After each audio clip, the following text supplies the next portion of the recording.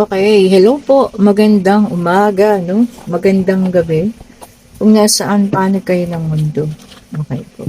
So, kinuha ko tong isang aking card, no? Ito, hindi ko to ginagamit, no? Sa mga tawag dito, reading natin sa YouTube. But for personal reading, ha? Especially kung merong may birthday, ginagamit itong angel number oracle cards, okay? Pero ngayon, gusto ko siyang gamitin. O, ayan ha. Kung nakikita nyo, ang laki ng card na ito. O, ayan, hindi ko nakikita nyo ha. O, ayan, kasi ang mga numero po ha, let's say, meron kayong mga numerong paulit-ulit na nakikita. O, pwedeng sa panaginip ito, pwede rin sa tunay na buhay. O, di ba? Gugulat ka na lang sa kalsada, naglalakad ka. Oh, naulit na naman yung numerong iyon. Oh, yan po lahat ay may ibig sabihin, ha. So, dito sa ating angel number card, no, titignan natin, no, baka maaaring ito yung mga numero na nakikita nyo sa araw-araw. So, maaaring ito po ay may mensahe para sa inyo, ha. Especially yung mga nauulit-ulit, diba?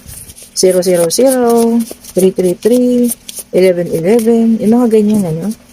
So, ayan, tingnan natin, ano.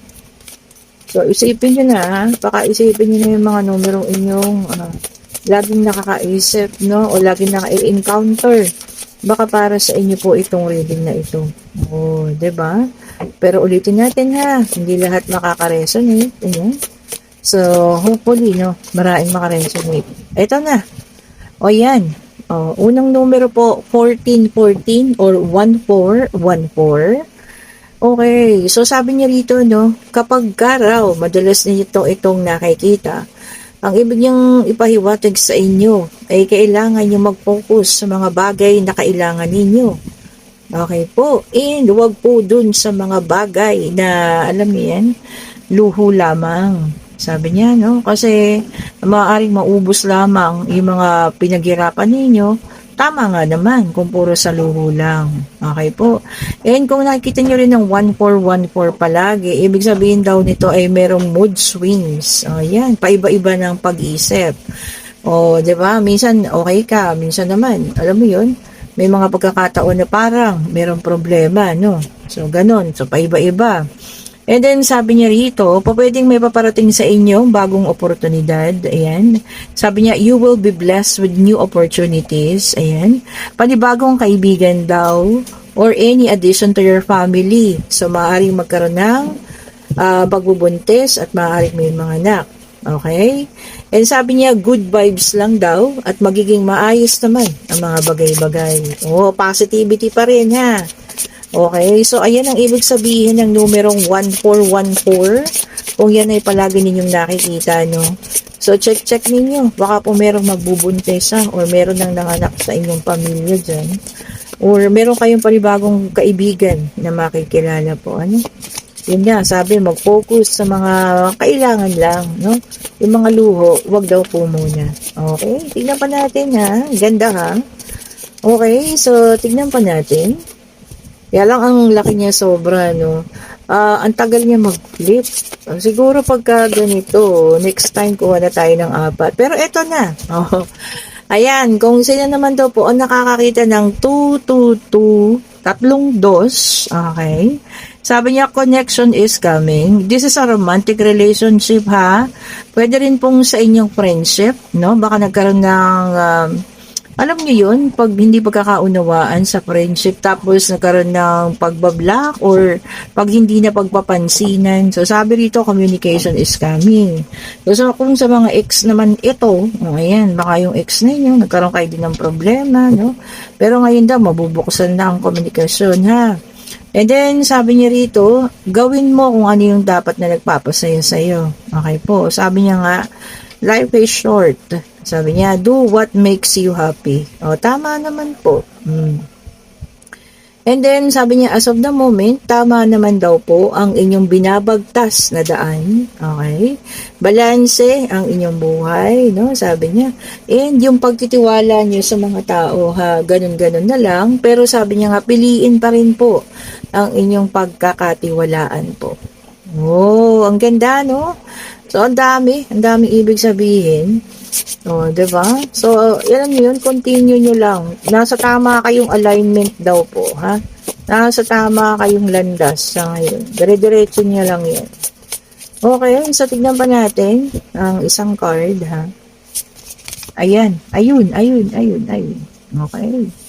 So, tsaka ito, ha? Baba muna natin. Okay, so sa lahat ng mga palagian nakakakita ng 2323 or 2323, sabi niya rito, ha? Sabi niya may movement, okay? May journey, o yan. Ibig sabihin pag-alis po, ha?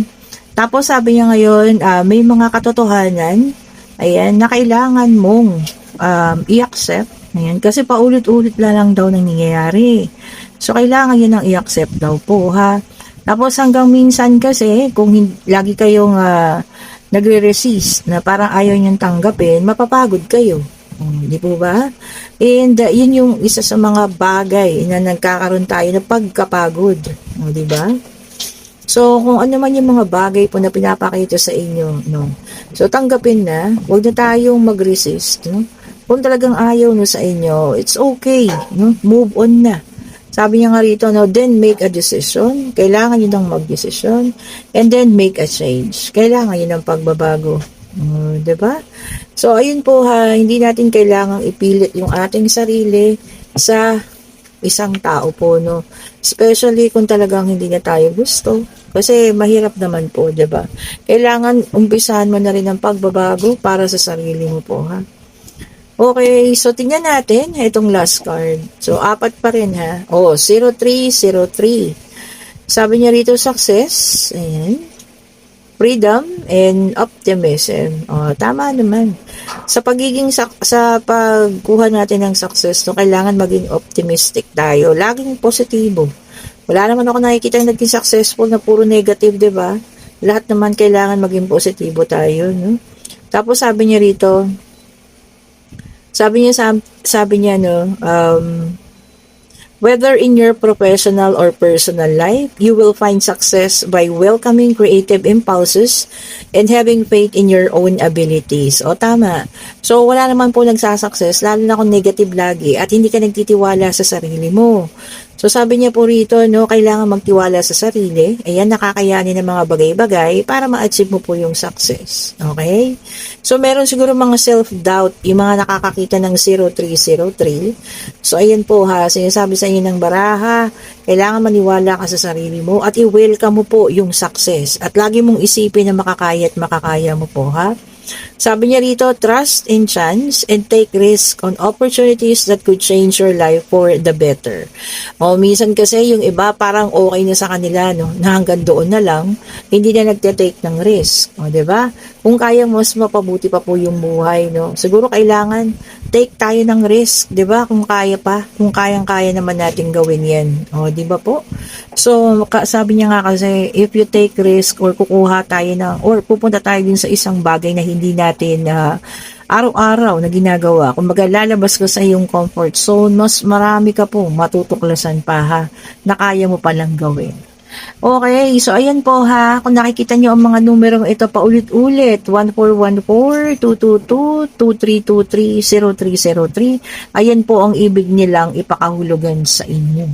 Okay, and kung nagugustuhan yung ating reading, pa-like, pa-share, pa-subscribe, and hit the notification bell para lagi kayong updated sa mga bagong videos na nire-release natin. Sana, merong mga nakakakita sa inyo mga ganitong numero ha.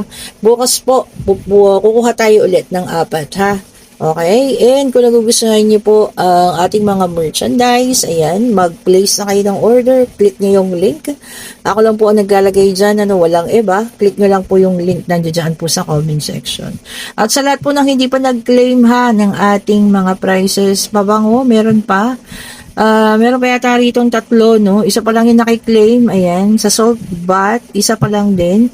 At yung ating major prize, ayan, hindi pa rin po. Ma'am Nita, pakiclick niyo po yung link ha, at ako po yung inyong kausapin kung paano ko ipapadeliver sa inyo yung item. Okay po, within 30 days, okay, isang buwan at hindi niyo pa nare-receive or hindi pa talaga kinukuha dahil ayaw niyo naman yata, irarapol po ulit natin dito sa December ha. Thank you so much po for watching. Have a great morning. Ayan, Lunes malinis po ngayon. Ano, ingat sa mga papasok. Ayan, lagi magdala ng payong ha. Stay safe po sa lahat at baka po magkaroon na naman ng ulan. Bye-bye po sa inyo.